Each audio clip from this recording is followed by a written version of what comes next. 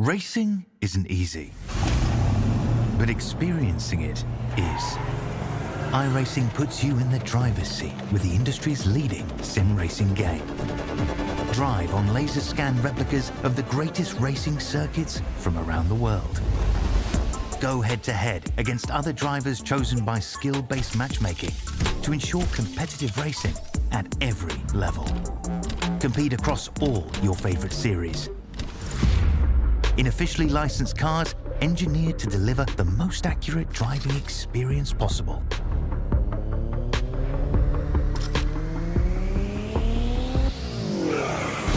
Join a race or host your own with players from across the globe.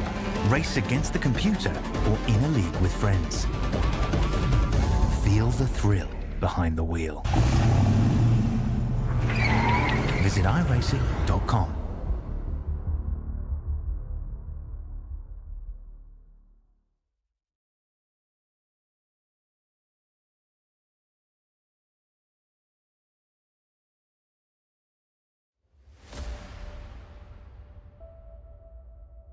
Oulton Park will play host to this round of the Motorsport Australia and Southern Cross Esports Formula Vee National Esports Series.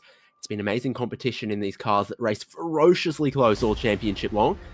And it brings us to now round 5. It was a little bit of spacing between some of the early rounds in the calendar, but now we've been absolutely quick fire action as we get into the thick of it and into the next round. David Haynes here alongside Jay Kennedy, and this is yet another track that really should turn it on.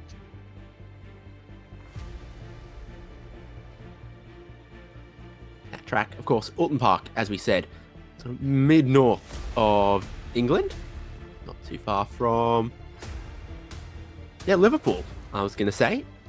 That's where we are up north. A lot of history around this place, but also some great racing, and it's free content on iRacing these days as well, included with the base subscription, which makes it yet even more popular. No excuses for anyone to not give it a go or be familiar with it. And this is the layout we're on. It's called the full layout, but without the Britain's chicane, which you see is the red bit a little bit past turn 6. We have the full speed from the Cascades around to the Shallow Wells corner hairpin, and then the full flat out run back off of there, goes over a bit of a hill, ducks down into turns 7 and 8 there at Hislop, where the tyre bundles are right on the apex, and that'll be something to look out for across tonight's racing. Definitely will be. Hello, everyone. Thank you for covering for me for a second there, Mr. Haynes. This is going to be a really fun track for these cars. It's perfectly suited, isn't it? It's a track that, as you say, it's base content, so almost everyone should know, but it provides great racing in almost everything we see at this track, so it's going to be a very, very fun night of racing. And Formula Vee is, of course, a long-standing category of entry-level racing all around the world, globally popular, both in Australia, across the ditch with our friends in New Zealand, and in Europe, in North America. And what these cars do is they race oh so closely because they're very lightweight, very nimble, good at racing up to about 150 kilometers an hour. And they start to top out. The cars behind in the slipstream get a little bit of extra speed, keeps the pack closing together. We don't need to overdo it at a track like Monza, but around here we've got enough slipstreaming to keep the pack close on the pit straight on the way from turn 3 around, and then also on the back straight as well. It's been a very, very close championship, both in terms of race finishes, but in terms of the points as well, where Kyle Ridley has taken the point with 697 ahead of Brodie Watts, Sam Chapman. Caleb Bellac slipped back a little bit into 4th lately, but has been mighty, mighty quick everywhere we've been. Lee Partridge, Cameron Dawes, Sean McKenzie, Cam Edwards, James Rosso, and Trevor Hearn are our top 10 at the moment, and it is a grid and a field made up of a beautiful mix of Formula Vee competitors from around Australia and also some very, very talented sim racers. So you get drivers very well familiar with real-world Formula Vee racing who might not race against each other ordinarily from their different states, able to do so here, and joined by aspiring drivers and talented sim racers. Jay, this is the format for our championship racing tonight. Yeah, so 3 races, as we always see, in 20 minutes in length. So we should get some decent length races, about 11 or 12 lap races for our racing tonight. And I think it's going to be a real big race of attrition throughout the night. You can manage to keep yourself out of trouble, keep your car clean, you're going to find yourself with a great result by the end of the night, I think. That 10-minute qualifying is underway right now. And within that 10 minutes, drivers do their outlap and do 2 flying laps. Most drivers have completed their first flying lap at the moment. I'm going to need a check on Scott Craig's time. That's displaying weirdly for me. But Sam Chapman has no time just yet. One of the drivers we called out inside of the top 10 in the championship. And we've seen easily 40, 50 names across all the rounds so far. Many drivers jumping on iRacing to take part in this Motorsport Australia sanctioned esports competition. But Sam Chapman, he's crossing the start-finish line there, and he is going to go to what I assume is going to be pole. Yeah, will be pole. Something is wrong with, with the timing for Scott Craig. He actually went out in the safety car and did his lap in that car, so that's why his timing was well and truly out. So that's why his time, when it pops up on screen, will be well and truly incorrect. So we just got to ignore that and say Sam Chapman's sitting on pole at the moment with his first flying lap. Others are completing their second at the moment, and still none of them have dislodged Sam Chapman from where he sits in the 101 car at the moment. Kyle Ridley will be functionally second on the grid. And he has been just so consistent in the last couple of rounds, and I think that's been key. It's both speed in clean air, speed in the pack, but also consistency of results, which has been difficult to achieve with every round being 3 races with that inverted top 20 for the grid in race number 2. Really shuffles it around in the midpoint of the evening, and it is difficult to be clean, be consistent, and just bag results across 3 races with that kind of twist in the middle. With the size of the field, the reverse grid's going to be very, very interesting, isn't it? Because you're going to have to get through every single driver. There's going to be no one at the back that's going to be a little bit off the pace. So it's really going to mix everyone up when we get into race 3. Once everyone's sorted back out. Kyle Ridley and Sam Chapman, you look at the times, they're technically on the exact same time right now. This is going to be very, very close the whole way through. Kyle Ridley pips him by a mile. Oh, Chapman back through. There you go. It all changes so quickly. Sam Chapman goes back to pole position, but he's oh so close to the time that Kyle Ridley set. And with just 2 laps in qualifying to try to get it done, most drivers aren't done, but we're looking at Jordan Bialek at the moment in 17th. I'm seeing him as 2 laps done, Jay. Yeah, I think he's done as well. I think Patrick Harding might be the only driver left to complete a second lap, and I don't think he's going to get one in looking at that. When it rains, it pours, and Patrick Harding goes around at the Cascades there, which begins to bring to an end qualifying. A few drivers stayed out there saying that the laps don't count, but I can still be out on track. It counts as practice, it counts as warm-up. See Jordan Bialek practicing pit entry as well, which is an interesting one. It's a pretty compact little pit lane here that hopefully they don't need too much of.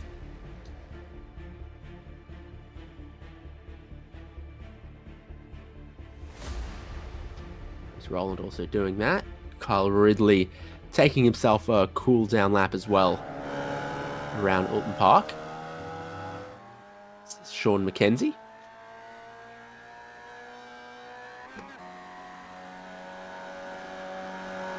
That's a new camera, Jay. You liking that little down look there?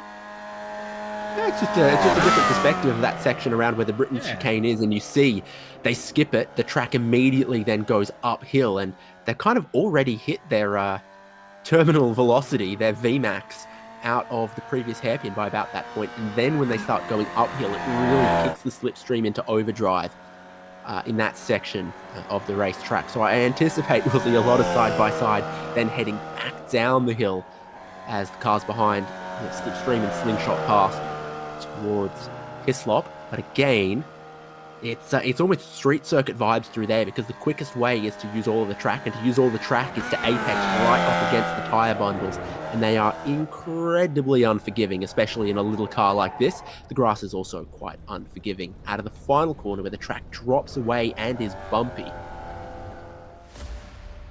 The grass is not going to be friendly to anyone in the racing tonight, so everyone will be trying their hardest to stay away from it, but I think that's going to be easier said than done. 3 races for Formula Vee Australia National Esports competition at Oulton Park, and this is the grid for race number 1. You've got to ignore Scott Craig, and when you see the numbers, you can see why that lap time is irrelevant. It's Sam Chapman who's going to start on pole of the Formula V's. Kyle Ridley, Cameron Dawes, Caleb Bellack, and Brodie Watts behind. Then we have John Merritt, Lee Partridge, Cam Edwards, Trevor Hearn, Matthew Harriott, and Matt Anderson. Sean McKenzie, Franz Estabauer, Brendan Neeland, Roland, Jordan Villac, and Patrick Harding. I think will be our last timed driver. Inside Baker and Tony Baker there at the back with no times. They're almost all lining up on the grid, ready for 20 minutes of race number 1.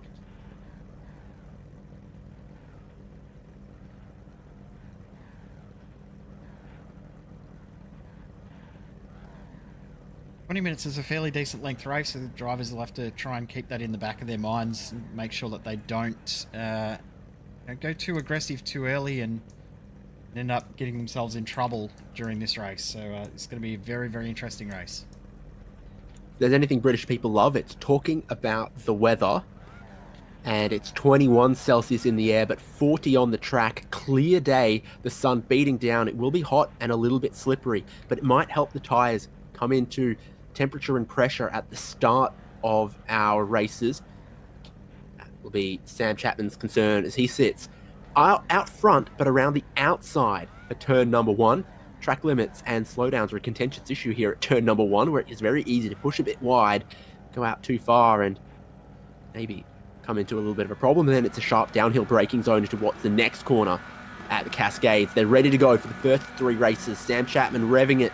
That air-cooled smoke, that telltale sign coming out the back, and then it's tyre smoke as they all get underway. And it is a massively good launch from Kyle Ridley. He has his nose in front. He has the inside for turn number 1, and he converts second on the grid into the race lead oh so quickly. There's a long way to go in this race and in the night.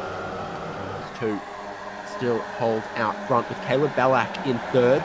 Be so careful of the transfer of weight and the transfer of momentum on cold tyres downhill into the Cascades, and the track limits are also rigidly enforced on the exit of that corner as well. Ridley leads them down into the fast sweeping corner before Shallow Oil's corner, and Caleb Bellack gets past Sam Chapman and up into second. Nice and clean at the start here, which is great to see. John Merritt already making moves, and Sam Chapman and hold that position on the inside with Caleb Bellack getting the run around the outside. They've got nowhere they can go though. They're both going to be topping out just at the top of the hill here. Yeah, you hit your VMAX like a skydiver hitting their terminal velocity there.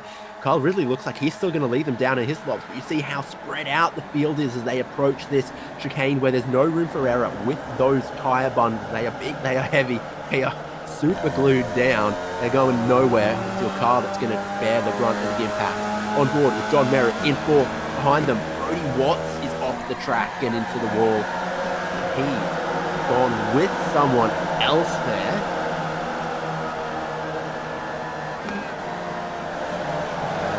Brodie Watts and Scott Craig, or is it Cameron Dawes? It's Dawes. It's Dawes. And white and green Cameron Dawes, the 2 of them have tangled at Knickerbrook after Hislop. Up front here, seeing Sam Chapman trying to take a look again at Caleb Bellack for second. The track drops away on the exit there. The car always wants to get loose as he puts the power down. You see them 2 wide for third. You see them 2 wide further back where Trevor Hearn battles Lee Partridge, and it's the first of quite a handful of laps in the books now. See if we can work out what happened between those 2. Just a little bit wide for Dawes. Oh, you hate to see that. Yeah. nothing either driver has done wrong there. And the unfortunate things that we love to hate about sim racing, sometimes it's in your favour and sometimes it's against. Trevor Hearn with a big moment there, and he's going to drop all the way back. He's at the front of the field. Caleb Ballett looking to take the lead away. To the inside of that super quick sweeper, looks flat out in these cars. And then you carry more speed than you think into this banked hairpin. And you're looking to carry that speed off the corner, oh so critically. The best overtaking opportunity is at the end of this straight. As Sean McKenzie and Franz Esteban side by side. Trevor Hearn's got a great view of it. I don't really trip over my words. And you also get a face full of smoke as all the drivers in front of him shift from third into fourth gear. John Merritt looks like he's gone to the lead of the race out front here, and you see why this is the best overtaking opportunity. Ridley all the way back to fourth, surprisingly. Lee Partridge in fifth might bridge the gap between that top four and the rest of the field to keep them close together. I swear Ridley was leading only 2 corners previous to the chicane there, so now he's back, as you said, the fourth is Harriet, and also Mackenzie, Esteban and Hearn here, and Anderson at the back of this group, all together. Not much separating these guys at the front. It's going to be 3 wide down the back straight. Esteban gets held out a little bit wide. He finds some of that grass and he ends up in the wall for the lead. Sam Chapman does go ahead of John Merritt, and there's massive damage on Franz Esteban's car. Unfortunately, John Merritt's got his front tyre to the rear tyre of Sam Chapman, now getting further alongside for the inside of turn number 1.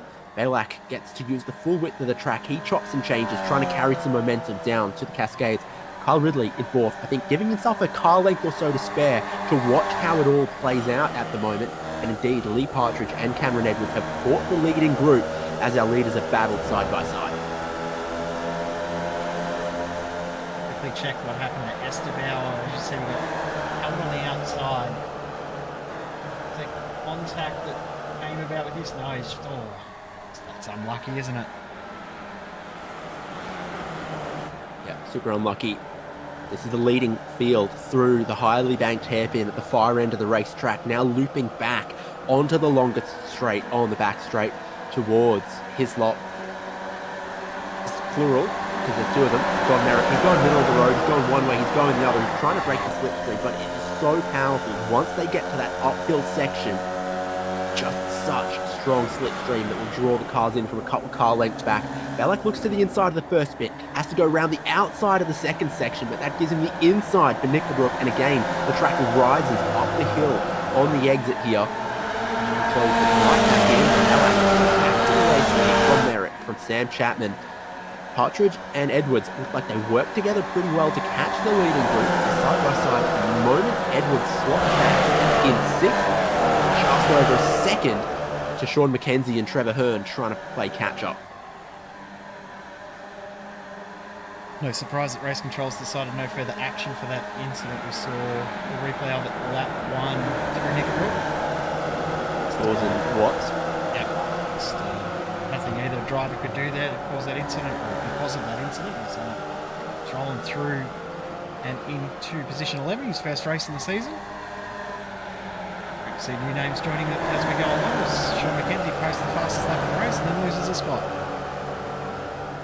They're swapping and swapping, and they're tangling up front. Second, third, fourth have come together. Ridley's around. Chapman is out of that, and that's 2 cars that have dropped away. Ridley, has he got reverse gear there? He's trying to loop it around. He's trying to stay out of the way. He's trying to get back racing in race number 1, knowing that there is a long, long way to go still in this night. An inverted grid for race 2, and then more points on the line for race 3. Erstwhile championship leader wants to get back in it, and Sam Chapman has got big damage. It all happened on the exit of turn number 1 through the kink of 2 and heading downhill. So you can see there was a little bit of bumping there, and then all of a sudden Chapman around, and then Ridley nowhere to go. I'll tell you what, how good's that avoidance from that second group? They should not have got through that. No, they all got up on the curb, and they all managed to miss it as well. So then there were 4 at the race lead. John Merritt, Caleb Ballack, Cameron Edwards, Lee Partridge. Trevor Hearn, you said, got past Sean McKenzie. Indeed he did. He's now in 5th. The next group. His teammate, Brody Watts, 16th after the damage sustained on lap 1. Look at that again. This is on board with Trevor Hearn. You see the incident happen in front, and then the avoiding action from these guys, absolutely brilliant. Smoke everywhere. Where do you go? Where do you go? Ball just bounced it on the curb and got through.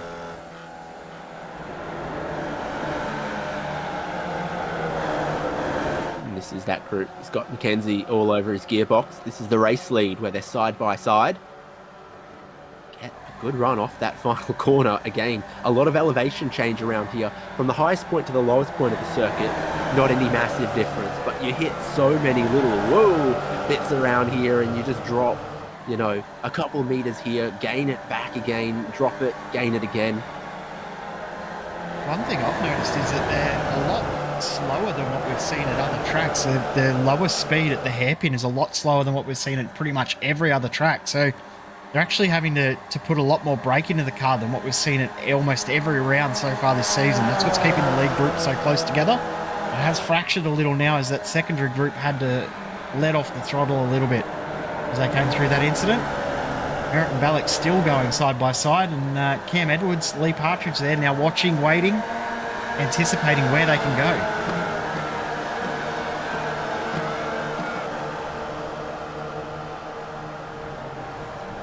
Edwards started a little bit further back in this one. He's got to try to cover off third place Caleb Bellack, and that means he ends up looking inside to the race lead and taking it. Dawes started 8th on the grid. He was in that group around the top 10, worked his way up to the lead of 6, then it became 4. Now he is the leader. Cam Edwards, Bellack into 2nd. They get so close on the way in here at Druids. Partridge with a good run, but he's not going to be able to do anything with it because Caleb Ballack's going to use that momentum.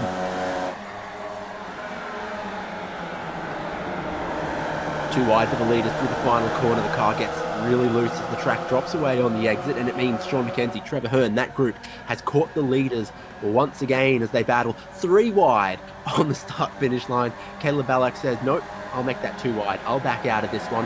Watch you guys go side by side for the race lead in front, where Edwards goes back around the outside, maintains his race lead. 8 cars in this group. Entire group separated by 1.4 seconds at this stage. Absolutely incredible battle going on, and other than that one incident we've seen between Chapman and Kyle Ridley, it's been a very, very clean group, and even that incident was just a little bit of wheel-to-wheel contact that ended quite aggressively. As here comes Trevor Hearn up the inside of Lee Partridge. Partridge just gets chopped off. They've had to get out of the throttle a little bit there, and look, he's lost all of his momentum. It gets super close on the exit as the corner unbanks a little bit late on, and it starts to wash you wide. On the inside, Cam Edwards has the superior speed. And a lock-up from third place man Trevor Hearn, and he gets told about it from Caleb Bellack, who closed in on him as they parked it a little bit in his lock.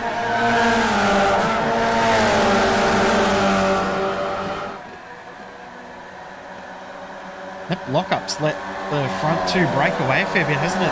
They're now out to about a 1.5 second advantage. If they work hard together, they could pull away and basically have it as a 2-horse race for the win. I don't think that might happen though, because everyone's wanting the win themselves in this one. Side by side again at the lead. They go side by side in this group behind. Bit of feeling between Trevor Hearn and Caleb Bellack, and they're still side by side on the exit. Cam Edwards goes back to the race lead. John Merritt pulls out. He goes back to the race lead. I've not got a tally going, but it's past 20 on those race leads so far. Here's a look then at 3rd and 4th. Hearn locks up, dives in, pushes a wide of the first bit of the apex, gets a little bit of nose to tail action on the way through there. Feels a bit no harm, no foul, but it does start with Trevor Hearn getting in very deep, locking a front tyre and pushing on across the other driver's line a little bit. And you were right, these top two are not going to stay away from the group very long at all. No. That group behind, they're closing a little bit, but they're still a decent amount back. So this top 8 are probably the only ones fighting for the win. Actually just rewound that replay a little bit further. Have a look at this. There was actually a little bit more to this. Look, a little touch of the wheels. Then the big lockup. So a little bit more feeling, a little going on there. So packed as it can be for the race lead. Too wide, too deep on the way through the chicane this time around, and it's John Merritt who goes to the race lead. It's Trevor Hearn with an amazing run through that complex, through Knickerbrook. He's up into second and hunting down the race leader. Still 7 minutes and 4.5 laps to go in this one. There's an 8-way fight for the lead at the moment. Definitely 5 that are in it to win it at the moment between Hearn, Merritt, Bellac and Edwards and Lee Partridge. I think there's a bit of feeling going on. Oh, 100% there is. There's a little bit of argy-bargy going to happen in this one, you feel. Hopefully it doesn't end in tears. Hopefully we see it be competitive all the way to the race finish. I'd hate to see someone ending up losing a wheel with a lap or two to go and not being able to finish. But we're going to enjoy this battle while we've got it, because this is great. Here comes Partridge now having a look. No, backs out of it, but Merritt back to the race lead. Around the outside, you've got to be so careful of the track limits at turn 1 at Oulton Park these days, but Trevor Hearn keeps it within bounds, keeps his speed, and he'll have the inside to the next sweeping complex of corners, but it's a shallow entry. Going to compromise his speed in the middle of the corner, and we have seen drivers pass from here on the way then down to the hairpin, like John Merritt, who immediately pulls back out. Caleb Bellac following them, has to check up a little bit, crack the throttle a little bit, and follow the 2 wide leaders through the kink. It's basically a car length between all of the top 7. Matthew Harriott holding another car length or so back off the lead. But hey, Trevor Hearn and Caleb Bellac are side by side, wheel to wheel. Once again, the wheels interleave. There's less than a car width between them as Hearn put his rear wheel in the space between the front and the rear of Caleb Bellac. John Merritt leads them, trying to hold the inside, and it gives Caleb Bellac an opportunity to try to outbrake around the outside if he's feeling brave, and he is. The bravery of youth. He gets squeezed in the next bit. Trevor Hearn runs out wide and runs across a little bit of the grass. Edwards checks up, and Lee Partridge takes that as an opportunity.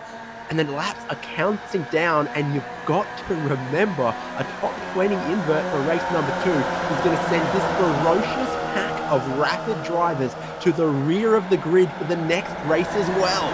And regardless of what happens here, Franz Estebao will start the next race on pole position. And we've seen how good Franz has been throughout this season in defending positions and battling hard at the front when he can get himself into a good position. So it's going to be great to watch when we get into race 2 with that reverse grid. These 8 drivers in this group trying to work their way through, and Kyle Ridley will be in with them too. Remember, he had the pace to be at the front. It was unfortunately involved in that incident. In the final corner there, Caleb Bellac with about a 10% overlap to the race leader, demanding he be left space around the outside. Tries a similar trick in turn number 1. Is that still all hunky-dory? No slowdown penalties, no nothing out there. And he'll have the inside into the Cascades this time around on John Merritt, who gets a little bit loose. Not great in these low horsepower cars, because if you get squirrely mid-corner, it scrubs off your speed, and it's so critical to carry that mid-corner speed. Here it is. Here's the action move. Going to the inside, 3 wide. Cam Edwards. It sees a little bit of a domino effect. It sees Caleb Bellac go off wide on the outside of the kick. 3 wide on the outside was a dangerous place to be there, and he goes to the rear of the 8-car lead pack with 2 laps to go. Not out of it though in any way, shape or form. He's still well and truly in the battle. He's still well and truly in the fight, because this group will close up once more with only a couple of laps to go. There'll be 2 to go when they cross the line. It's going to be intense for the last couple of minutes of this race. And remember, this is only race 1 of 3. We've still got 2 more to go. So where's the last place you can pass on the lap? Is it into the final corner? I think you can still make a pass for the lead after that chicane around this final sector if you really want to. When we get to the last lap, I suspect someone will have a go of it. So it will not be settled, I think, until we see who's got drive off the final corner on the final lap. And by by the timing, by the counting, it's not going to be the white flag this time around. We're still going to have 2 more at the line. The leading group there, only covered by 2 seconds from John Merritt leading to Caleb Bellac. Rejoined the race without damage, got back on the track. Part of the train still inside of the top 8. Yeah, only 2 seconds back, so he's not out of this fight at all. And as you said, his 2 laps confirmed. No white flag in the air, so Barney has not waved the flag as of yet. Still got a little bit more racing left to go. Matthew Harriott, I think, is one to watch here. He's been quite content just sitting at the back of this long group, watching and waiting for his right time to pounce. I think he's ready to maybe start making a move forward. Edwards is going to try to pull a similar move through the kink here to go back to the race lead once again on John Merritt. Trevor Hearn wants to follow him through, but then will be around the outside for the next. As you watch from John Merritt, you saw how cleverly Cam Edwards got ahead and then came across to cover the inside of the heavily banked corner. You want to be down on that apex curve typically.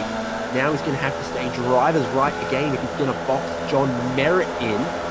Trevor Hearn looks to go around the outside, so Lee Partridge looks to pull out and follow him. Matt Anderson in 5th has absolutely nowhere to go. There is nowhere to go. It's not a super wide track. These cars can go 3 wide, but GT3s sure can't. And Trevor Hearn goes to the race lead, just chops across Cam Edwards. Merritt in 3rd. Caleb Ballak's back to 7th. We've got ahead of Matthew Harriott. He's now only 1.6 seconds back from the race lead. That's well and truly close enough to steal the win in race 1. Oh, this is going to be on. There's legitimately 8 cars that could win this race. Why is the letter W called W when it really looks like 2 V's? It could be double V, but we've got 8V here for the lead. Back heading into the final corner, ready to start the final lap of race number 1. 7 cars within 7/10. Matthew Harriott has suffered the Jay Kennedy jinx, and he's dropped off the back of the group, out of contention on the final lap. One more tour of Oulton Park in race 1 of 3. It also sets part of the reverse grid for race number 2, and it pays points. Trevor Hearn leads them on the final lap with Merritt and Edwards right in behind. Edwards back in 3rd. Will he pull off his trademark move to the inside of the kink here once again? He gets a good run off Cascades. Trevor Hearn looks like he doesn't get a great gear shift there because John Merritt is alongside him and ahead of him early. And here goes Edwards. He thought about it, but it was covered off by John Merritt. Hearn tries to hold his position around the outside. As the leaders go too wide, it closes the rest in. Suddenly, Matt Anderson, Caleb Black is off. He's been checked up. He's gone off into the gravel at Shell Oil's corner hairpin, and he's back into 8th and out of contention in this one. The top 3 covered by less than 3 V lengths.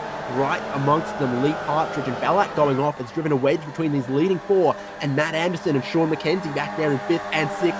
It is a Roman formation, 2 by 2, as they head down in the Hislop. John Merritt looks like he's not going to get clear on the inside for the first sector, but holds himself around the outside in the second to get the inside for Knickerbrook and up the hill. Lee Partridge in 3rd at the moment. Might pick up a good toe from where he's sitting. Cam Edwards gets speed up the hill but has nowhere to go with it. They're right back in that formation once again. One more real braking zone left. It's so quick across the crests and across the bumps. That double apex right-hander here, so bumpy as you head towards the final braking zone. John Merritt's just looking to park it, looking to hold his race lead if he can. But he'll be so tight and so slow off the final corner as Hearn tries to go around the outside, runs out of space. John Merritt drives it off the final corner. Will the checkered flag come in time, or will Lee Partridge pick his pocket? The answer is John Merritt by 51 thousandths from Lee Partridge. What a race that was in that top 8. Yeah, unfortunate for Ballack dropping to 8th at the end, but wowee. The top 6 within 1 second. That is incredible racing. Roland Baker and Ballack all crossed the line in 11th, 12th and 13th. Apologies to those guys. They had a great battle as well, but we just couldn't take our eyes off that lead. How cool was that? I mean, we were watching the leaders and we missed some lead changes. Imagine if we looked away. Great Formula V racing, and that's what everyone comes out for both in this Motorsport Australia Esports Championship and also in all of the state and the club level Formula Vee racing. It is about who wins. You love winning. You always see whatever kind of car you've got, whatever age, whatever your experience or your talent level, someone to race, someone to measure yourself against, and always great, but hopefully clean racing. Brodie Watson, Cameron Dawes, it's not been clean for them. Lap 1 set them back, and they're the last cars on the lead lap, but they get themselves a bit of an opportunity in the final 2 races. Looking at the results of race number 1, and you can see only a matter of above a second to cover most of that top 10. John Merritt, Lee Partridge, Cam Edwards, Sean McKenzie, Matt Anderson, Trevor Hearn, Matthew Harriott, Caleb Bellack, Carl Ridley, and Brendan Nealon as the top 10. They go to the back 10 on the grid. Reece Rowland, Tony Baker, Jordan Bellack, Sam Chapman, Patrick Harding, Brodie Watts, Cameron Dawes, and Franz Estebauer. Our 18, you take that, you flip it.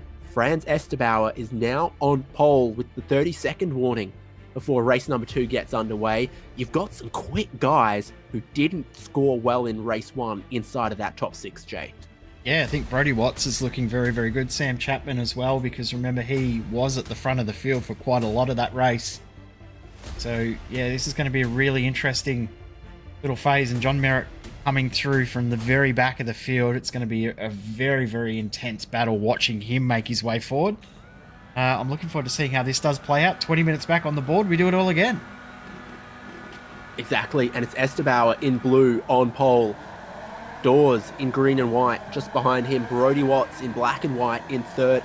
Great getaway from Sean McKenzie. A good getaway from Sam Chapman up in fourth, challenging for third at the moment. Cold tyres though, really more of a struggle on this race start than race number 1. The drivers have just been in their rhythm, in their flow, and it all changes up as we go into race number 2. They've got to be a little more cautious on this race start and hopefully cleanly get our way around.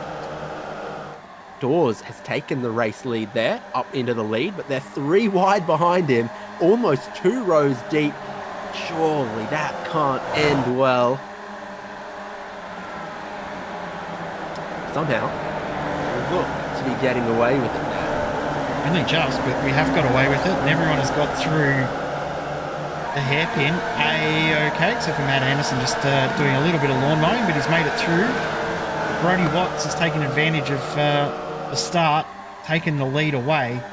But Caleb Bellack already up 5 positions. It's taken advantage of him being ahead of those that he was battling hard with in race 1 as Dawes has a big lock up into the chicane, but pulls it up. Oh no. Check up in the chicane there. Sean McKenzie was halfway to spinning around, and I think the job got finished off as someone found his rear crash structure. So Sam Chapman going through to the race lead in the lead pack. He is a lead pack at the moment. These are these quick guys who started up the front of the grid, have a bit of a buffer between themselves with the midfield to the drivers we just saw competing for the win of race number 1 who started all the way at the back of the grid. It's an opportunity. Sam Chapman, Cameron Dawes, Brodie Watts and Franz Estebauer to break away in this one as guys like Caleb Bellack, like our race 1 winners John Merritt and Lee Partridge on the podium with him, have got to work their way through the midfield before they can get to Chapman, Dawes, Watts, Estebauer, who had race leading pace but got taken out of it and didn't have a clean race 1. This is what happened to the number 10 of Sean McKenzie. So nice move up the inside, and then just gets... He may have already been sliding before John Merritt hit him then. But John Merritt did finish the job. He gets in hot. He touches the front wheel against Matthew Harriott. That then checks him up a little bit, and he gets just a little bit of a tap from behind. It's sort of a 1, 2, 3. It just sort of sends him around as the field was so tightly packed in that section. That's the lead 4. Look at the gap that they've got already in this, with the battling happening behind. You can imagine your top 4 thinking, let's just go together for a lap or 2 here, see what happens, see what the time is between ourselves and the next group, led by Trevor Hearn. I think the only driver not thinking that here might be Brodie Watts. We'll see how that one plays out, that they're making contact. Trevor Hearn gets sent around. Britain's 3 wide coming off the hairpin tyres interlocked. He got no side pod, no wings to protect him. Wheel-to-wheel contact, lifts and rotates him. Oh, and around goes. That's Kyle Ridley again. 2 races in a row. Tony Baker Ballack also comes around. back onto the race, up in front and at Skittles a couple more cars as well. Lee Parch is one of them. And the Ballack in there All too. happening. Mackenzie at full speed decides to take to the grass to get around them. It's a Formula V, not a Baja bug. I'll be honest with you. All happening in mid-pack. Carnage and chaos in race number 2. This is the leader, Sam Chapman. Same group of 4 as before. Now John Merritt, Matthew Harriott and Jordan Billack 5th, 6th and 7th. We'll take one more look at it. Black down the inside will say that he got closed up. The two are stuck together. Inseparable.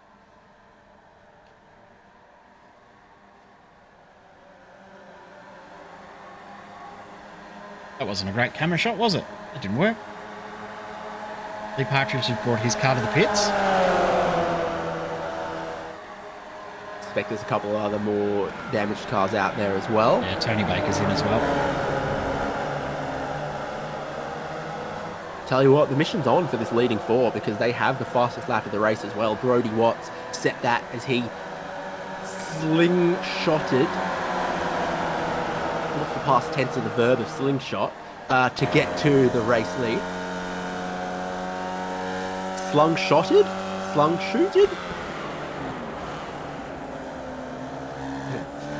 He went Neum quicker than everyone else, used a little bit of the slipstream to help him do it, and was not inhibited in the corners as he did it. He set the fastest lap of the race. He went from 3rd in this pack to the head of the train. Sam Chapman, though, leapfrogged from the run down to Hislops to take the race lead back. They've got a while before they need to turn it into a firm order.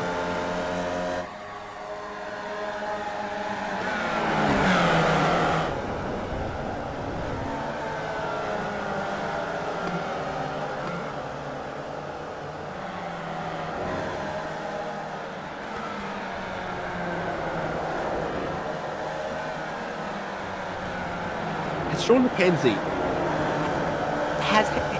and he went 2 tyres in the grass to get past on that one as well. Has he made a pass on the track yet? Was gonna be my question.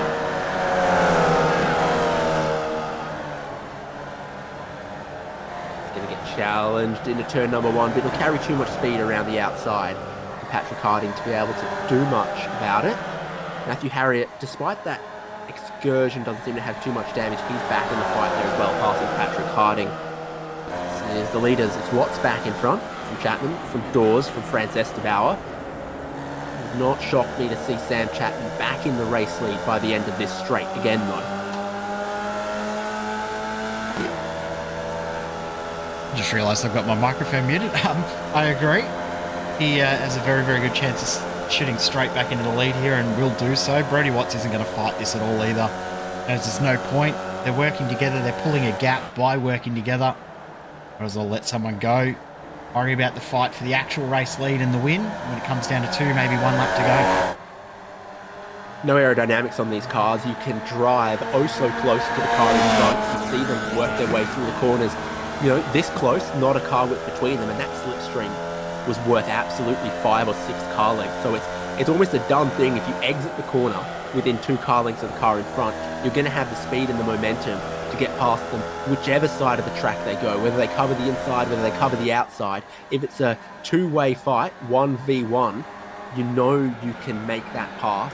Where it gets complicated is in these groups of 3 and 4. If you're the second place driver and you pull out to try to pass the leader, someone follows you, they get an even more powerful slipstream. They could pass you while you're passing someone. You move to try to go from second, we'll see you remain in second, but just with a different face in front of you. And we've seen that however many times throughout this season. It happens almost every single race week that these guys are out on track, that we see those battles and someone trying to steal the lead away doesn't get the lead, but they end up getting someone else as the leader from their attempted move, as this is Harriet and Anderson still going at it. There's always that one driver you cannot get away from. Oh, 100%. As we see that lead change easily. We talked about it. Bellac and Hearn somewhat in race number 1. It seems like it's Harriet and Anderson this time around. Harriet asked the stewards to review the contact that had both of them off the track through it just a couple laps ago. They get back on the track. They continue. Who are they battling? Harriet versus Anderson again. And here's another just good look at how strong that slipstream is, and the decision that Cameron Dawes has got to make. Do I follow Sam Chapman down the inside and try to get myself in a second, or do I just sit back here in third? And in sitting in third, it's a bit of a concertina effect in front of him. Nearly saw him get hit by Franz Estebauer from behind. This is the look at that.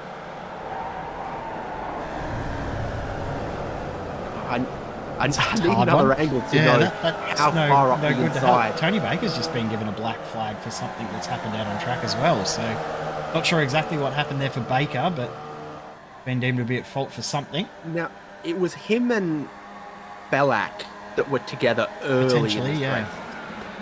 At Knickerbrook. Yeah, and I think it is for that too. That doesn't help me anymore. No, it didn't help any. I'm not the making same it any position, easier. but just slightly higher. I can find another camera angle. We're not far from the Airbus factory. Can you get a helicopter? Seeing what I can find here. I don't think they make Airbus helicopters there. They make Airbus helicopters in France and Germany. They make A350 wings. Tree's going to be in the way here. Oh, it's hard to know. It's really hard to know. And good thing, it's not our job. Yep, we don't have to worry about it. Race control can look at that. Guess who's closing back up together again here. That's Jordan Bellac closing in on Kyle Ridley. These two had some battles throughout the season. They've swapped nose cone, which is nice to see. Yep. Actually look like they have put each other's nose cones on their cars. Both got a serious sponsor on their nose cone, so it still works. Mackenzie's trying to close in. I love them all when they end up after 24 hours replacing 4 or 5 front clips and they just run out of stickers to put on the spare parts. Yeah, well, they just don't worry anymore. Yeah. Like if we win, the sponsor can post a picture of us before we had to replace their nose. Especially LMP2s where, you know, it's spec parts. You can just go buy one from another team if they've got a spare and you end up using heaps throughout the race for whatever reason. No further action in this race. Yeah, no further action as well for the incident we saw with Kyle Ridley and Trevor Hearn, deemed as self-penalising. So at fault was deemed to be Trevor Hearn. He lost the most positions. And no further action to be taken by race control. Past the halfway point, this is our top 4, all within seconds still. Sam Chapman, Brodie Watts, Cameron Dawes, Franz Estebauer. You can just see John Merritt in the back in 5th. And when we think about the point of the championship that we're in, how chaotic every round and every race always is, it's that kind of quiet, lonely drive to 5th for John Merritt that sometimes puts you and keeps you in championship contention. 100% agree. It's not necessarily about getting points in the races you can win. It's about getting the points, the most points you can in the races that you can't win, that can win you a championship or be the difference in a championship. As you can see on the side of the screen, like 13 positions from where he started at the rear of the field in this one, and he's now slowly closing the gap back in on these guys in front. It's 7.5 seconds, but you feel like this group at the front now is going to start getting the elbows out a little bit more. They're being a little bit more aggressive in these attempted overtakes. I think they're feeling like that gap to the group behind, or the driver behind of Merritt, might be enough, but I don't think it is. I think Merritt still could end up on the back of this group with 7 minutes to go. I think they could lose 2 seconds a lap easily if they go side by side through Hislop, side by side through Druids. It could happen very, very quickly that gap starts to evaporate. Still sits at a nice 8 at the moment, and that's a tidy move to change the race lead that doesn't cost the group any time. Only going to take one decent lockup to lose 1.5 seconds at one corner, doesn't it? So it's very, very easy to lose 2, maybe even 3 seconds on one lap. So don't be be surprised if that gap does close back down, but it is actually stretching out a tiny little bit. Also just seen that Matt Anderson and Matt Harriott are also changing positions as they try and close in on Sean McKenzie, who's up into 9th. Where he was at the end of lap 1, there is no way he should be anywhere near the top 10, but he's managed to do it, and they are closing in on Ridley and Ballack ahead. Solid paint colour club. They're in 10th and 11th. Formula 1 Tribute Livery Club for Sean McKenzie in 9th. The Braun GP livery? Excuse me? Yep. I remember my... Bit of a one-hit wonder, but, you know. If we didn't get Braun GP, we would never have got Mercedes. That was the 5th of 10 times Honda have pulled out of Formula 1 and regretted it.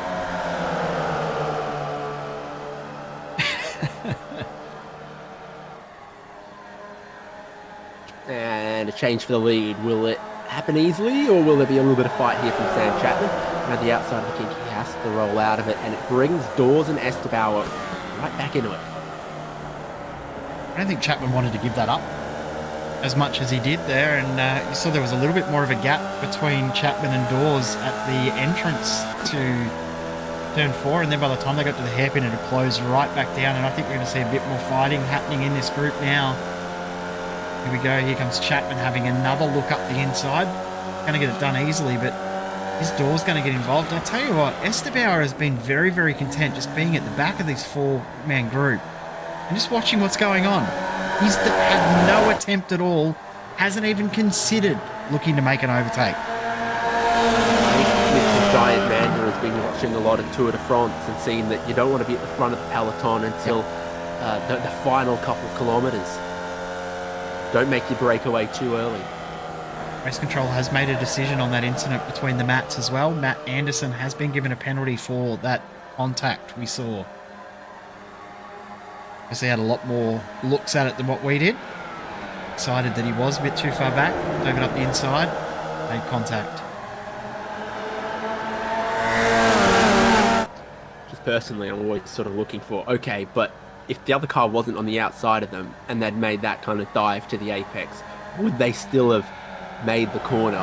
Or if they only, was there no opportunity for anything other than to wipe out the car on the outside? So that kind of will settle this. Get entry on the right. It's a short one, but a slow one. Yep, only 50 k's an hour. That feels like it takes forever. I say well done though. He looks like he did practice that at pit entry. Sean McKenzie told me one practice session at QR, he was driving his V down the pit lane and one of the marshals pointed at him and gestured to slow down. And he says to me, I was only doing 40 k's an hour, but revving it out in second. It sounds quick, but they're not that quick. So that's a fun pit lane Formula V anecdote for you. They sound like they're going way too quick in pit lane even when they're crawling. Probably feel like they're going too quick too, considering how low to the ground you are as well. Again, there was a bit of an overtake there. Dawes thought about making the move then as well. And Franz Esterbauer just backed off early. Let them go. Let them fight. Let them continue their battles. Very, very interesting. Looks like we're going to go the same number of laps as last time, which is to say 2 more at the line coming up this time. A little placement from Brodie Watts there. Like, I don't want to pass Sam Chapman, but I don't want Dawes behind me getting any ideas. And that kind of positioning, that kind of movement condenses the top 4 from being strung out over 10 car lengths to being within about 5 car lengths or so. They cross the line with 2.5 minutes to go, and it's a purely progressive grid from here into race number 3, which is good for that leading 4 and good for race 1 winner John Merritt.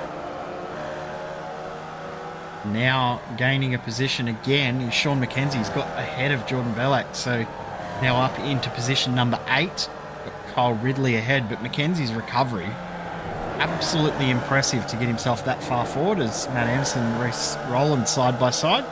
But Patrick Harding ahead. This is a good little battle back for position number 13. It looks like the drive-through time was 15 seconds, so the delta of a drive-through here, probably only 12 seconds or so. Nothing like the 1 minute of the Spa Endurance pit lane. So he's come out back with, Reece Rowland and Patrick Harding that he was battling and passing a couple laps earlier. This is looking very different amongst the race lead. They got Tony Baker just ahead as well, lap traffic to potentially get themselves around.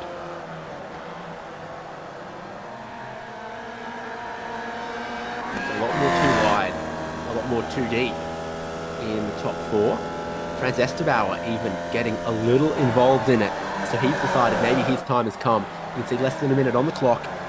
Starting the final lap momentarily. And another one of these cases, you throw a blanket over everyone in the leading group, everyone in the leading pack, and you say, I think they've all got the same number of numbers in the lotto. I think even from fourth place, Esterbauer could make something happen on the final lap. Especially with the wild card, with the volatility of the bit of lap traffic that they're going to catch here on the final lap as well as they look to battle for position.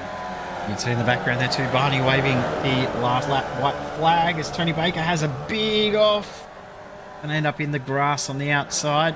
We'll check up and make sure that he doesn't get himself involved with the leaders. So that ends the battle that could have potentially unfolded around the lap car. All Sam on Chapman now. Goes wide through the Cascades. Brodie Watts was shallow on the way in, didn't get a good run.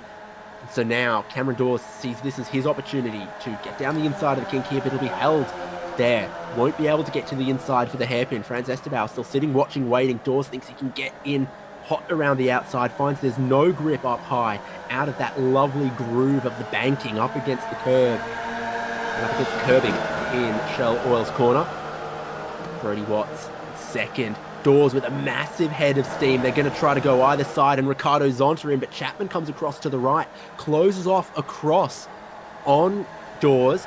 Esterbauer still sitting, lifting out of it early, but on the final lap here and into Hislops, it looks like Chapman around the outside of the second segment gets the inside up Knickerbrook. That gives him the speed up the hill, and it has indeed compromised the both of them. Four cars back in formation to Druids. I think the inside line's the preferable place to be here, and that's where Sam Chapman is holding Brodie Watts around the outside as there's a double apex corner with a crest at either. Can't run out too wide because the curbing appears almost miraculously out of nowhere, and this is the position John Merritt had at the end of race number one. The inside line, final corner, he gets in, gets a good drive off. And now Brodie Watts is going to need all of the best gear shifts and all of the power he can get on his run to the line, and it will be close. Sam Chapman wins by 9 thousandths of a second. Wow, what a finish in the end there. It looked like Chapman actually missed the gear, and Watts closed in right at the last moment. Top four separated by 16 hundredths of a second, just over a tenth. John Merritt got it down to 6 seconds in the end. What a fantastic fight that was the whole way through. Trevor Hearn, Caleb Ballack still going at it, but Matt Anderson and Reece Rowland still going at it well and truly. Yep, it'll be all the way to the last cars on the lap before we know the finishing order. Hearn and Caleb Ballack have just crossed the line. Matt Anderson has passed Rowland, left Patrick Harding behind, looking to hold onto that position to the line. Patrick Harding be the next car. Gee, Lee Partridge isn't far away from catching him one more lap. Partridge might have had himself another spot. Tony Baker ended up off the lead lap, but his teammate Brendan Nealon remained the last car on the lead lap, and he'll complete the 11 laps of the leaders in race number 2. So my timing says 9 thousandths, that says 10. Tell you what, they were side by side, and you need the official measurement, the timing, to work it out between our top four. Sam Chapman from Brodie Watts, from Cameron Dawes, from Franz Esterbauer, and with the progressive grid into race number 3, they'll hold those positions. John Merritt from the very rear of the field to 5th to keep scoring good, consistent points. after race 2 of 3. Cam Edwards, Kyle Ridley, Sean McKenzie, Jordan Bialak, and Matthew Harriet leading a top 10 there behind them. Trevor, I've got something different, Jay. I reckon someone crossed the line with a black flag.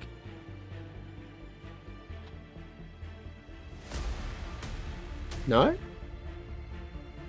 Okay. Trevor Hearn, 11th. Caleb Ballack, Matt Anderson, Reece Rowland, Patrick Harding, Lee Partridge, Brendan Nealon, and Tony Baker, 1 lap down. So that is 2/3 of tonight's racing in Formula Vee National Esports Cup done, but there is one last race and more drivers needing to score consistent points. Some quick drivers are going to have to come through from the rear and deep in the field. Thanks, of course, to everyone who makes the championship possible, Southern Cross Esports, an official Motorsport Australia Esports Championship, VRace Experience, Echuca Toyota, and Giant Mandurah. Stick with us here on SimSpeed TV because in just a couple minutes' time, one final 20-minute Formula Vee race from Oulton Park in round 5 of Formula Vee National Esports Cup. It's motorsport, but not as you know it. Test yourself and your everyday road car. Safe, affordable, but most of all, fun. And all you need is your daily driver. Experience the thrill of a sprint day. Race against the clock at a hill climb. Or test your reflexes with an auto test. It takes just 3 simple steps to get started. Get on the start line. Search Motorsport Australia Daily Driver today. Racing isn't easy, but experiencing it is. iRacing puts you in the driver's seat with the industry's leading sim racing game. Drive on laser scan replicas of the greatest racing circuits from around the world. Go head to head against other drivers chosen by skill-based matchmaking to ensure competitive racing at every level. Compete across all your favorite series. In officially licensed cars, engineered to deliver the most accurate driving experience possible.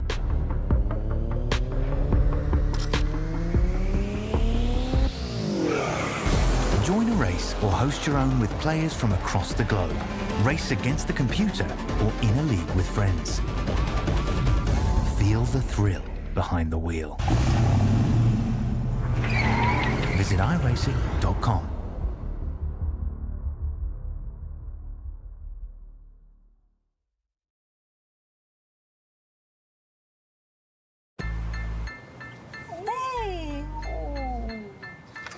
So you do like it? Okay. I love it, yeah.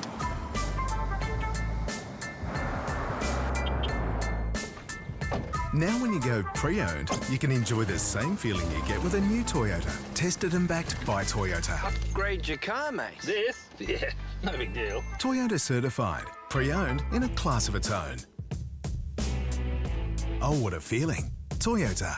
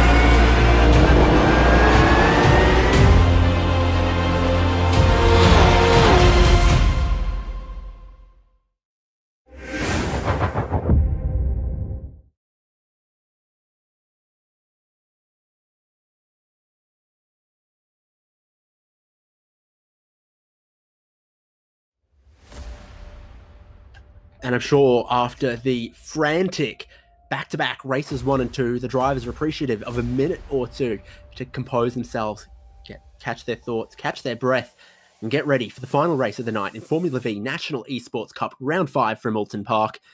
They're ready to go for race number 3. Starting order for this race is just how they finished race number 2, and it means Sam Chapman has the pole position from Brodie Watts, Cameron Dawes, France Estebauer, John Merritt, and Cam Edwards. Then Kyle Ridley, Sean McKenzie, Jordan Bielak, Matthew Harriott, Trevor Hearn, Caleb Bellack, and Matt Anderson, Reese Rowland, Patrick Harding, Lee Partridge, Brendan Nealon, and Tony Baker.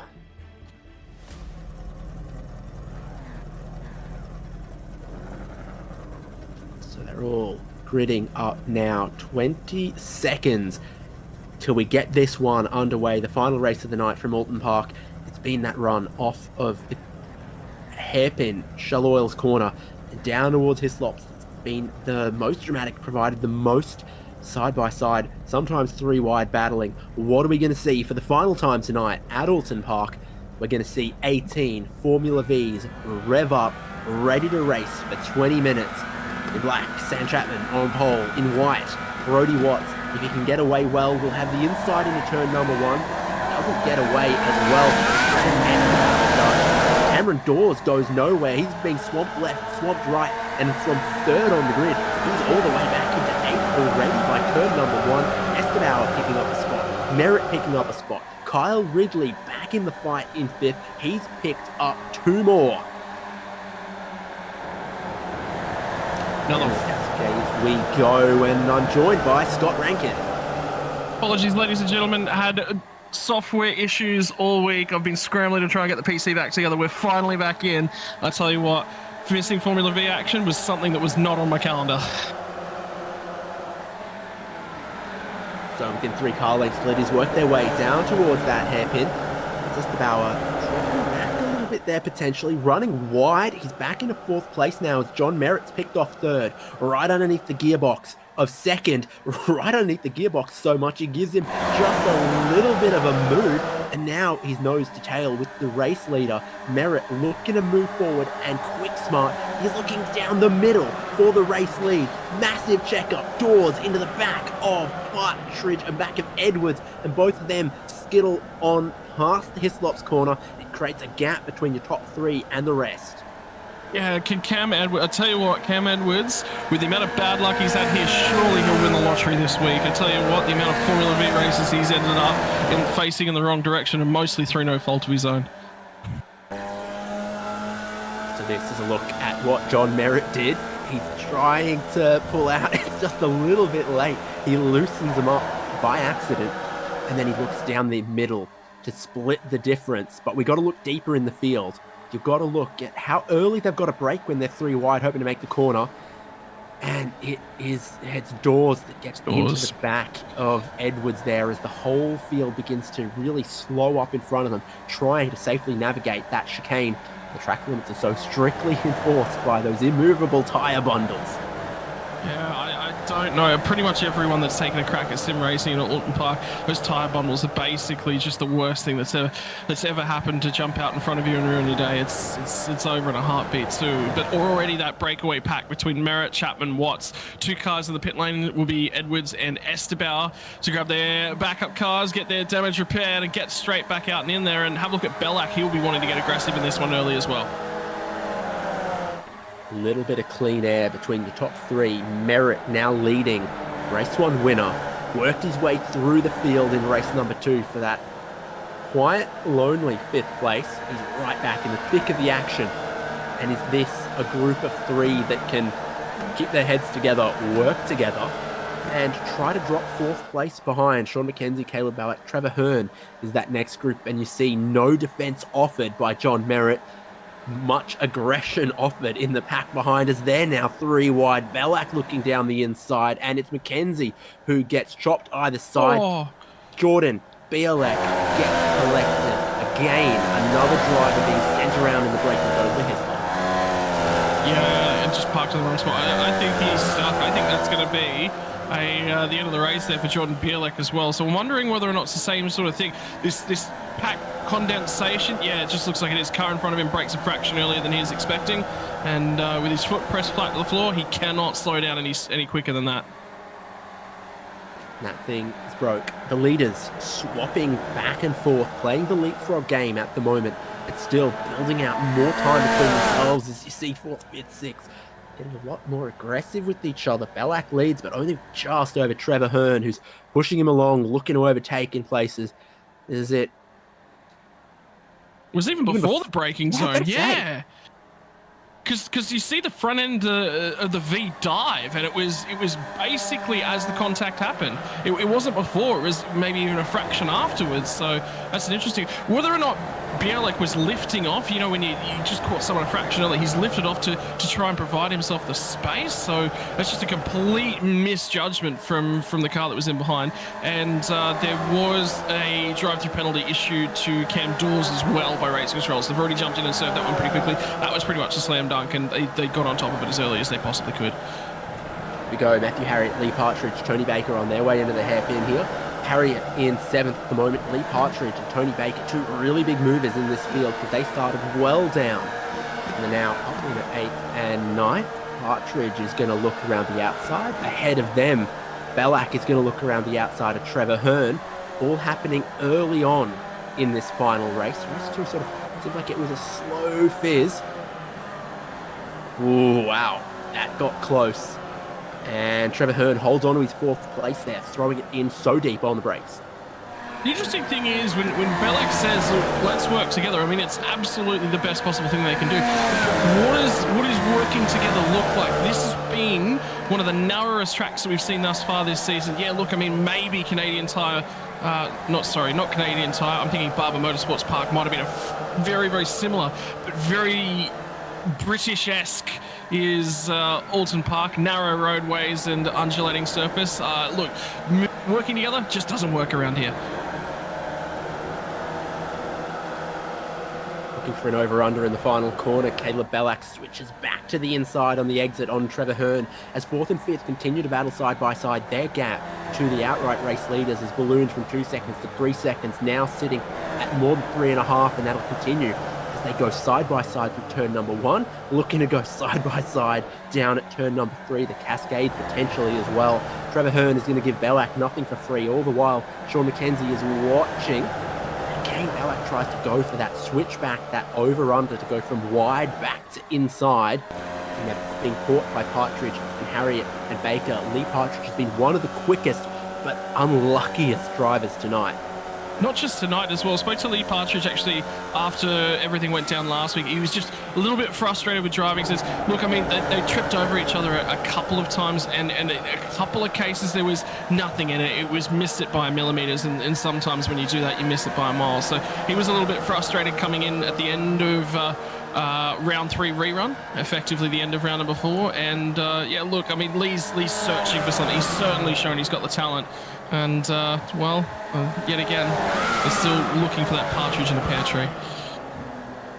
Badum, if you're looking for 3 drivers in a line working together, trying to move as quickly as they can, you need the top 3. If you're looking for 5, 6 cars all fighting ferociously for every bit of track position in the final race of the night, you need to look at 4th place, at 5th place, at Lee Partridge, who's picked off Sean McKenzie up into 6th, and now he's going to be the one to have a look at Trevor Hearn and Caleb Belak and see if their side-by-side battling will check their momentum enough for him to have a run at it. Everyone comes across to the inside line, trying to cover it off, but in the end, Belak will now look around the outside.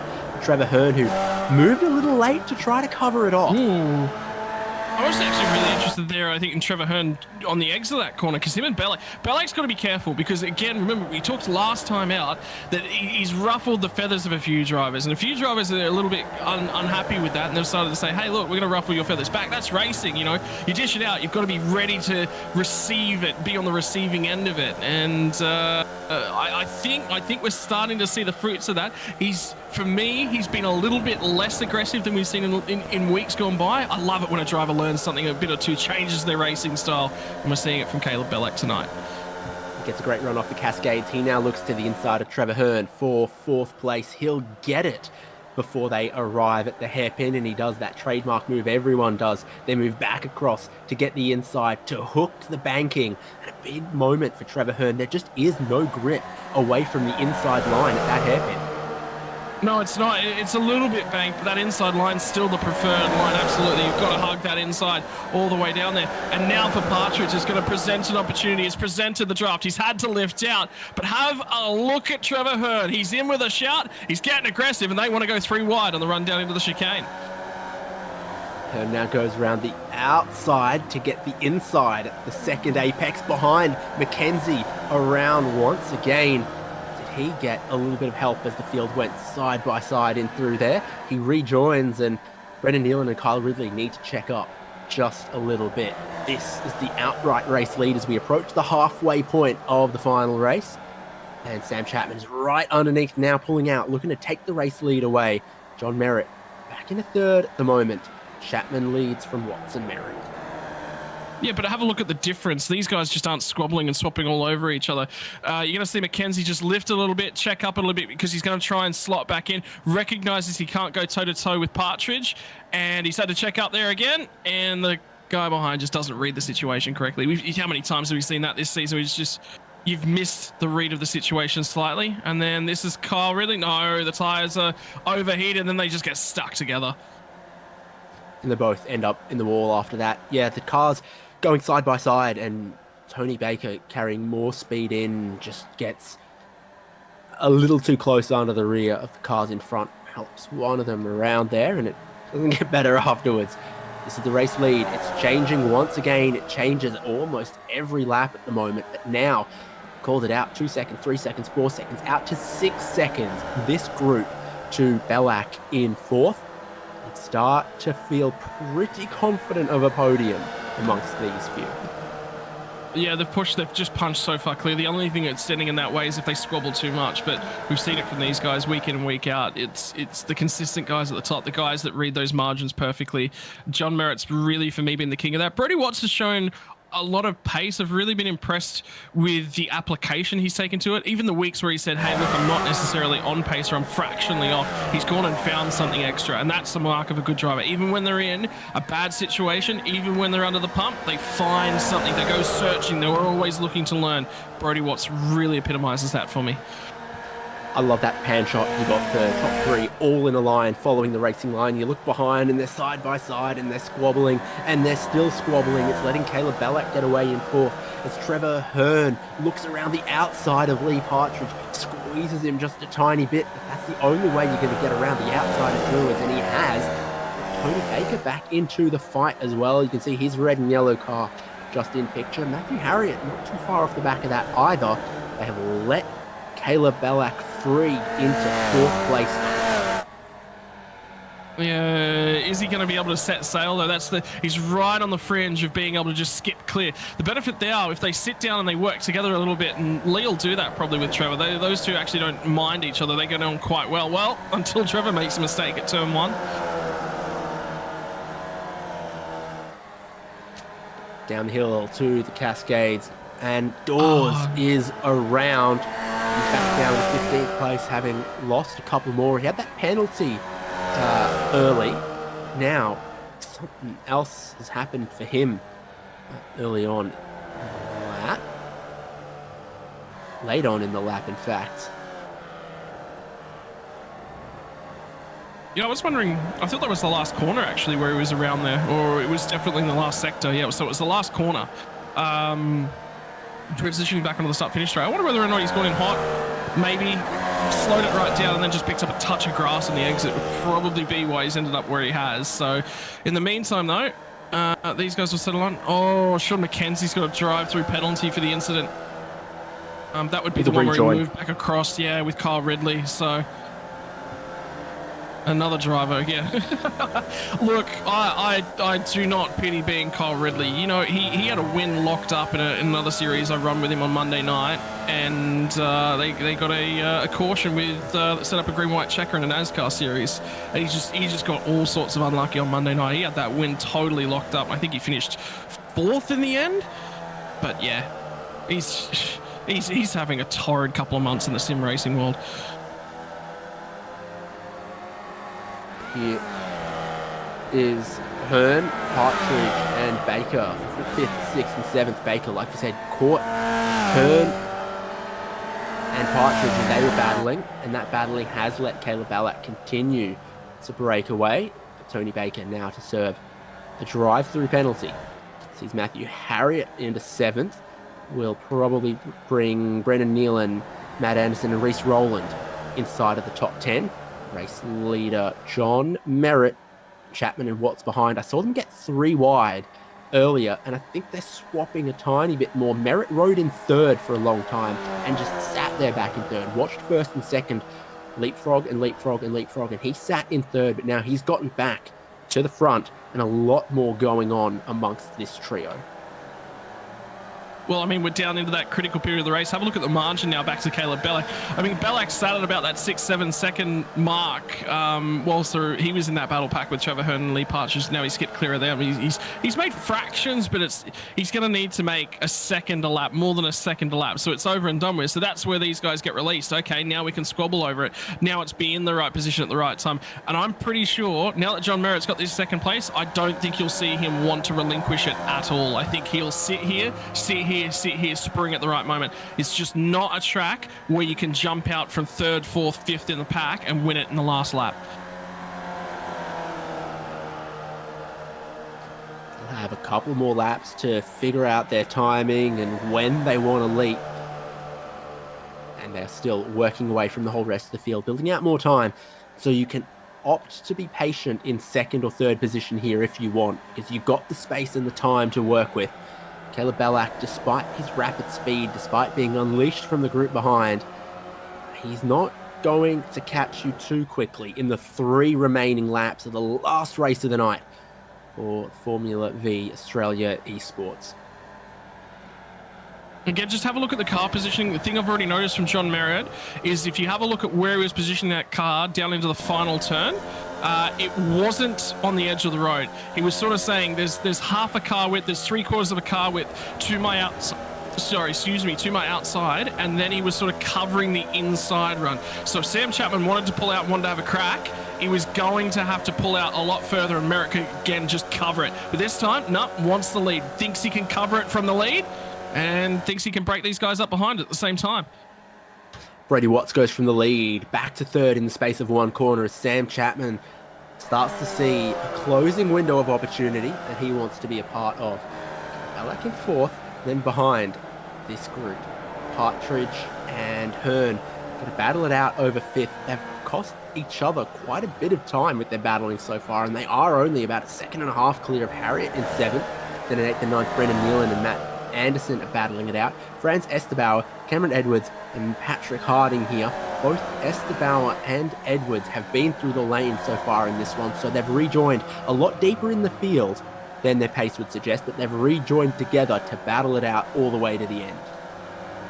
Yeah, have a look at the fastest lap as well on the side of Tony Baker. So, I mean, there was speed there for Tony at points throughout the night, put himself in the right positions. He could really draw out that pace out of the car, and whether or not he got a double toe on that lap and was just in the right spot at the right time. But that says, that's another result that's necessarily gone begging for him. Wrong place, wrong time. Yeah, a little bit, but you've also got to create some of your own luck as well. The 2 more laps with the leaders coming out of the final corner.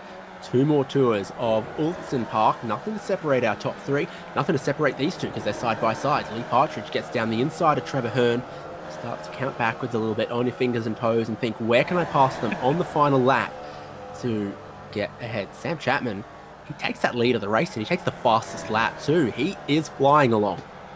Yeah, well, I mean, he's burned through some fuel now, so the car is lighter. He did get a big toe on that lap as well. Brody Watts was leading last time by. Sam Chapman nicked John Merritt's, picked his pockets, and now John Merritt's going to try and pick the pockets of Sam Chapman back again. Be interested to see what Brody Watts' response is. Remember last lap, whereby Watts lost 2 spots. They've come together. Right there. Partridge and Hearn have come together. They were battling so ferociously. They battled so hard, they let Caleb Ballack off the hook. They battled so hard, Matthew Harriet was catching them. They've battled so hard, they've come together at the Cascades, given up positions on the penultimate lap. He's there for a long, long time. Hearn down the inside of Partridge. He's caught the curb though. He's got a car over the curbing on the inside, and that's what's pitched him. Because if you watch the suspension bounce all over the place, that was not a car under control. So he's missed it a little bit going too wide down through Cascades. Not easy. You got to time it right. I mean, if there's ever a car that's going to be able to do it, it will be the Formula V. But that's one of those tricky corners. It's got a balance to it. It's got a timing to it. Much like these guys getting a timing to them, as Lee Partridge will slip through and grab 2 spots on the run into the chicane. And lights up the rear tyres for good measure. So he caught the battling group. He tried to get them both at once. This is a look again. Yeah, there was a car width there, and he's gone just a tiny bit further to the left as Trevor Hearn caught too much of that curb. It's done him no good. We start the final lap. Sam Chapman in the lead once again. John Merritt and Brodie Watts, 2 quick guys, 2 really smart guys right behind him for the final lap here as well. Bellac holding on to 4th for another one of those just quiet, good points results. And Matthew Harriott up in 5th, battling groups all the way behind that. Amongst our leaders, you've got to think that Chapman's in a vulnerable position. Well, I was just about to say, for John Merritt, you don't want to be right on the gearbox of Sam Chapman coming off of Cascades. You do want to be a little bit back. Have a look at Chapman's position in the car. I think Merritt might have missed a trick here. Might have just run this too early, run this too late. Look at how bottlenecked they are as they head down to the hairpin for the final time tonight as well. It's about timing, it's about positioning, and Merritt was desperately trying to back Brodie Watts up as they come to Cascades on that lap. No, Britain's chicane gives us this flat out run from the hairpin, up, over the crest, down towards Hislops. John Merritt says, this is my time. Sam Chapman will let him take the inside. On the final lap, John Merritt goes through to the lead. Brodie Watts backs out of it to just stay in 3rd. Sam Chapman must believe that he can pass Merritt back somewhere between here and the checkered flag. Every race to this point has been near enough a photo finish, measured in the thousandths or the tenth of thousands. Watts could spoil this party for Chapman as he gets a good run up the hill out of Knickerbrook to try to battle for 2nd. Merritt parks it to the inside for Druids here, and he's got the space to come back across, take the wide entry, take the double apex of Druids, hold on to that race lead from Brodie Watts now up in a 2nd, moving one way, moving the other, and another, and another. John Merritt still got a couple car links. It's not blocking, but it is trying to break the toe. Chapman throws it in deep at the final corner. They'll be side by side for 2nd, but they won't stop John Merritt from taking 2 wins from 3 races in Formula V Australia Esports Cup at Oulton Park. Yeah, but they did not let him have it by any stretch of the imagination. Have a look at this. Is that Trevor Hearn that's got back through ahead of these guys as well? You better believe it is. Him, Brendan Nealon, and Matt Anderson will take it to the final corner. Whether or not they're going to come out the other side, yes, Trevor Hearn is going to steal that one away on the final lap. He would have been looking at P5 and thinking what could have been another driver that what could have been was Lee Partridge. Instead, he'll have to settle for 9th place over Reece Rowland. That could have been a P5 for Lee Partridge. It could have been P6 at worst if they didn't squabble, if they didn't miss it by millimeters. And Cameron Dawes, another driver with a horrid night at the office in race number 3. That was a lot more sedate, shall we say, but at the same time chaotic in that took a lot more racecraft for me, David Haynes. That took a lot more timing, a lot more planned thought. You had to be very deliberate with how you did your racing around Oulton Park here tonight. Merritt was 1 against 2 on the final lap, but he timed his move perfectly. He defends it perfectly, and he knew when we get to the final half of the lap, if I'm in the lead, 2nd and 3rd might start fighting each other. And from there, he brought it home. 2 wins from 3 races. John Merritt from Brodie Watts, Sam Chapman, Caleb Bellac, Matthew Harriott, Trevor Hearn, Brendan Nealon, Matt Anderson, Lee Partridge, and Reece Rowland getting a top 10 in race number 3. Rest of the field, Cameron Edwards, Frances de Bauer, Cameron Dawes, Patrick Harding, Kyle Ridley, Sean McKenzie, Tony Baker, and Jordan Bialek at the end of that one. So the race wins in the end going 2 for John Merritt, 1 for Sam Chapman. And I'm looking, who else maybe got some consistent results? It's looking like John Merritt at the end of 3 races was Mr. Consistency at Oulton Park. I mean, that's what it's about. It's, iconic British racing from circuit racing, and we'll step from there over to the one closest in Melbourne.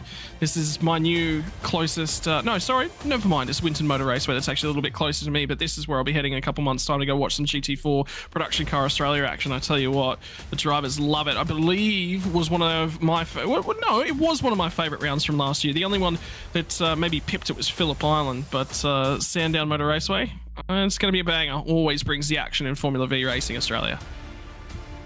So mark your calendars for next round, 23rd of August. We've got some of our race winners stopping by though, because we're not done yet from Oulton Park. John Merritt will join us. Congratulations, 2 wins, quiet 5th place in race number 2 as well, and that seemed to be the one where the chaos was. Oh, there was plenty of chaos in that race too. There was a lot of commentary on radio, and looked like cars going everywhere. So, your understanding of the racing from where you sit and taking some great results from here, what was it about Oulton Park that delivered this style of racing? well, I think just the draft. So, almost any of those drags out of turn 3, then out of the long sweeper or sort of long hairpin up the back straight was drafting, then even out of that little complex was drafting, so all the way down to the last corner and out of the last corner. So I think that that just created some good racing. You know, sadly it didn't form a bigger pack in that last race. We sort of protected it early to make that gap, but no, it was really good racing. Couple teammates out there for you who looked like it was a bit of a struggle for them. They had a tough night at the wheel, for sure. So I think Brendan ended up with a reasonable result in the final there, but yeah, Tony joined the server as qualifying finish, so hadn't done sort of sufficient laps, I think, and yeah, tough night. Well, it looks like you're mostly out of the championship fight, so I guess it's just for wins, glory, and Formula Vee experience at this point. Spot on, David. We'll go for wins and glory, and let the rest of them fight out that championship. Sadly, I would have liked to defend. It was just commitments this season. So, our congratulations to you once again. You bagged 2 wins at Oulton Park. What's our chances of seeing you in 3 weeks' time for Sandown? Mate, that's a bit of a bogey track down into Dandenong Road for me, but mate, if I can make it, I'll always turn up if I don't have other work or other commitments on. So, mate, love the V's, and it's generally good, clean fun.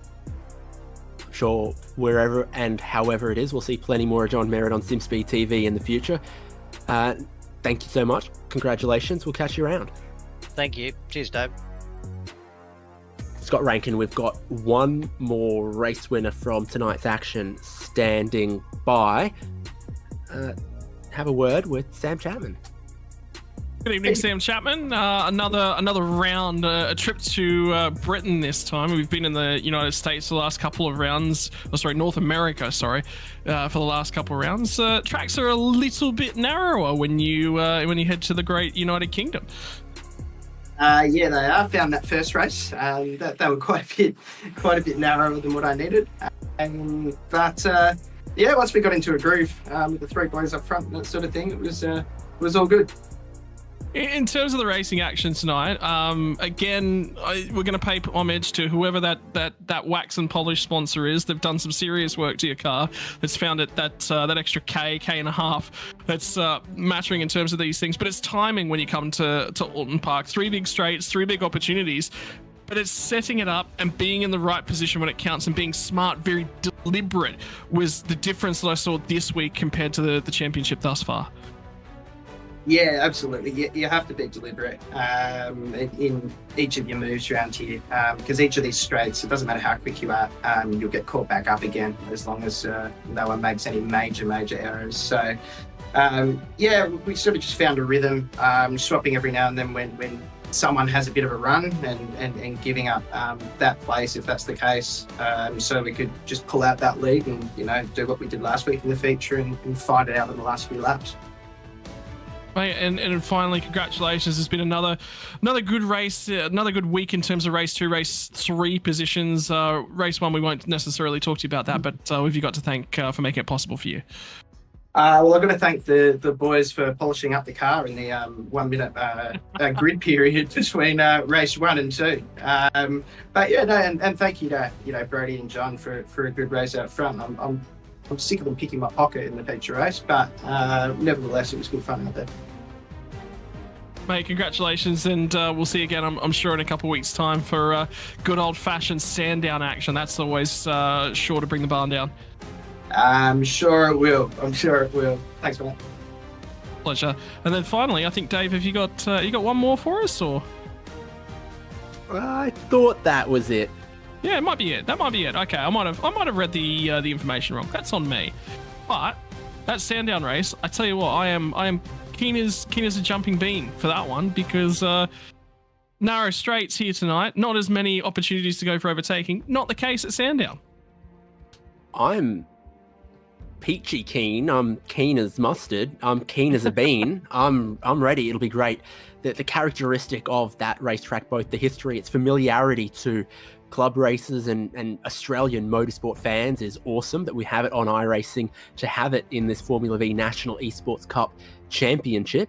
But also, it's that long pit straight into a couple corners, into the long back straight, into a couple more corners. It's just got a little bit of it all going on, and you can make lots of passes every lap, and I'm sure that's what we're going to see in 3 weeks' time when they head to that track. And you'll see it here on SimSpeed TV. Our thanks again go to Southern Cross Esports, their race control, Motorsport Australia Esports, VRace Experience, Echuca Toyota, and Giant Mandurah. I've been David Haynes with Jay Kennedy and Scott Rankin.